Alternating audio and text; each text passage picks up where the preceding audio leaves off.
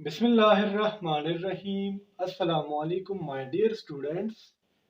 This is me, Bilal Ahmed, and you are watching my YouTube channel All Pak Forces. Students आज इंशाल्लाह इस video में हम kingdom fungi के first division known as ascomycota को discuss करेंगे। तो आप लोगों ने वीडियो के साथ एंड तक जुड़े रहना है और वीडियो को कहीं से भी स्किप नहीं करना।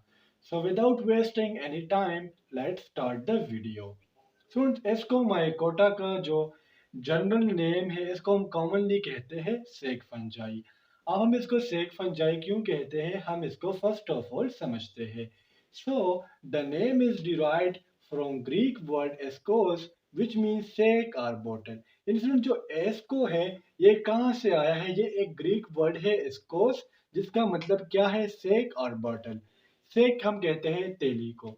यानी सुन जो इसकी फ्लोटिंग बॉडी है वो सेक लाइक है तो जिसकी वजह से इसका नाम रखा गया एस्कोमाइकोटा। जिस तरह मैंने आप लोगों के लिए पॉइंट लिखा हुआ है ascomycota is commonly known as sac fungi. इसको हम कॉमनली क्या कहते हैं? इसको हम सेक फंजाई कहते हैं। ये एमसीक्यूज के लिए बहुत ज्यादा जरूरी है।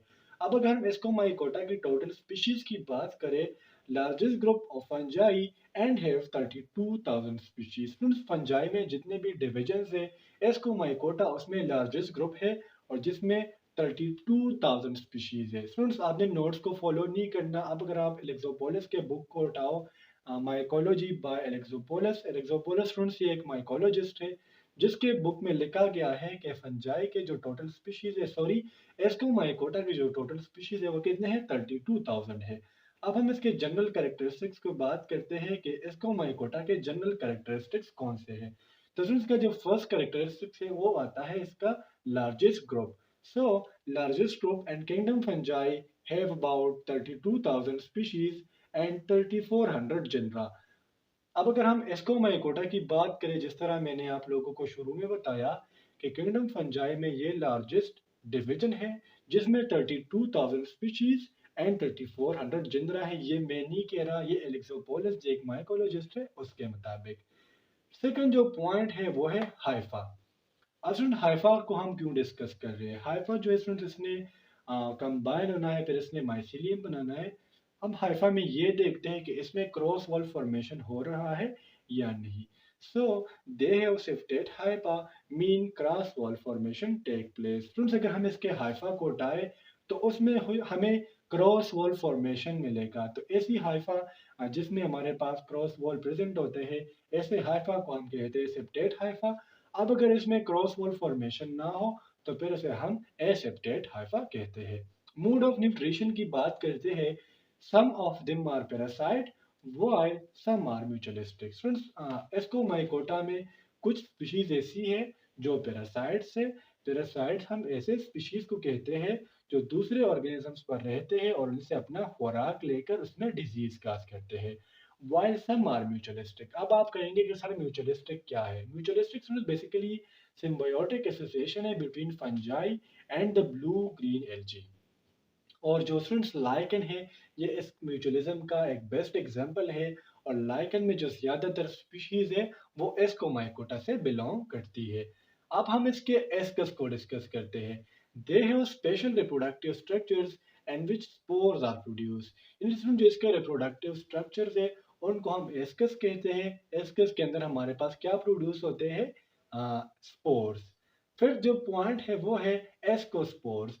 Inside the ascus they produce haploid sexual spores known as ascospores। यानी जो इसका एस्कस है इसके अंदर हमारे पास सेक्सुअल स्पोर्स प्रोड्यूस होंगे जिसको हम एस्कोस्पोर्स कहते हैं।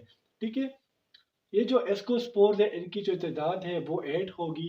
ये भी इसका एक डायग्नोस्टिक फीचर है अदर डिवीजन से। कितने स्पोर्स होंगे? एस्कस के अंदर हमारे पास 8 स्पोर होंगे। The six point is ascocarp. When ascus combine, they form fruiting body known as ascocarp। यानी स्टूडेंट जो बहुत ज्यादा एस्कस की जमा है एस्काई। जब बहुत ज्यादा एस्काई आपस में कलेक्ट हो जाए तो वो एक फ्रूटिंग बॉडी बनाते हैं और उस फ्रूटिंग बॉडी को हम कहते हैं एस्कोकार्प। अब स्टूडेंट इसके बाद हम आते हैं एस्कोमाइकोटा के रिप्रोडक्शन के ऊपर। स्टूडेंट रिप्रोडक्शन के ऊपर ऑलरेडी मैं 3 वीडियोस अपलोड कर चुका हूँ। फर्स्ट वीडियो में हम वेजिटेटिव रिप्रोडक्शन पढ़ चुके हैं, The second video is about asexual reproduction in fungi, and the third video is about the sexual reproduction in fungi, and the fourth video is about the methods involved in the sexual reproduction. First of all हम इसके vegetative reproduction को discuss करते हैं. अगर मैं reproduction की बात करूं, so reproduction take place by the following method. जो रिप्रोडक्शन है वो दर्ज झेल तरीकों से किया जाता है. The first one is vegetative reproduction. Vegetative reproduction is by fission and budding. Students, vegetative reproduction में आपको थोड़ा सा एक्सप्लेन करना चाहूँगा. Vegetative reproduction student हम ऐसे reproduction को कहते हैं जो with the help of stem, leaves and roots हो. और फंजाई में जो एस्कोमाइकोटा में जो vegetative reproduction है वो किन तरीकों से है? फिजन से एंड बडिंग से. अगर आपको फिजन और बडिंग का नहीं पता तो आप प्लेलिस्ट माइकोलॉजी के प्लेलिस्ट में जाके इसको देख सकते हो. स्टूडेंट्स, आप यहाँ तक स्क्रीनशॉट ले लें. इसके बाद हम इसके asexual reproduction then sexual reproduction को डिस्कस करते हैं. अब स्टूडेंट्स हम बात करते हैं कि एस्कोमाइकोटा में एसेक्सुअल रिप्रोडक्शन किस तरीके से होता है, देन सेक्सुअल रिप्रोडक्शन किस तरीके से होता है. सुन, जनरली अगर हम एसेक्सुअल रिप्रोडक्शन की बात करें तो एसेक्सुअल रिप्रोडक्शन एक ऐसा रिप्रोडक्शन होता है जिसमें फ्यूजन ऑफ गीमीट्स नहीं होती, मीन एक सिंगल पेरेंट इन्वॉल्व होता है. अब इसको माइकोटा में एसेक्सुअल रिप्रोडक्शन किस तरीके से होता है? So asexual reproduction is by mean of conidiospores.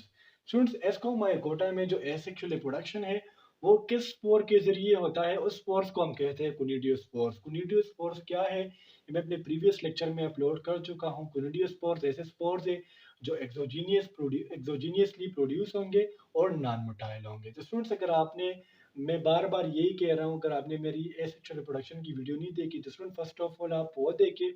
उसके बाद अगर आप एस्कोमाइकोटा के एसेक्सुअल रिप्रोडक्शन को देखोगे तो आपको समझ आएगी. अब हम आते हैं सेक्सुअल रिप्रोडक्शन के ऊपर. स्टूडेंट, फर्स्ट ऑफ ऑल हम समझते हैं कि सेक्सुअल रिप्रोडक्शन क्या है.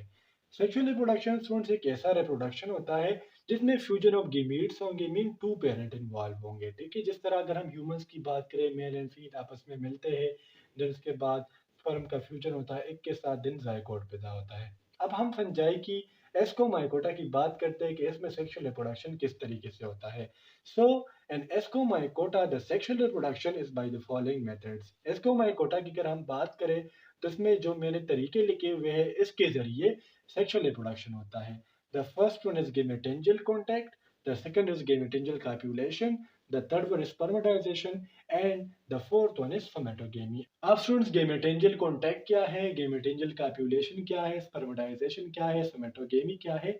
अगर आप मेरी प्रीवियस वीडियो देखेंगे methods involve in sexual reproduction तो उसके बाद आप लोगों को समझ आ जाएंगी. तो यहाँ तक हमारा एस्कोमाइकोटा कंप्लीट हो चुका है.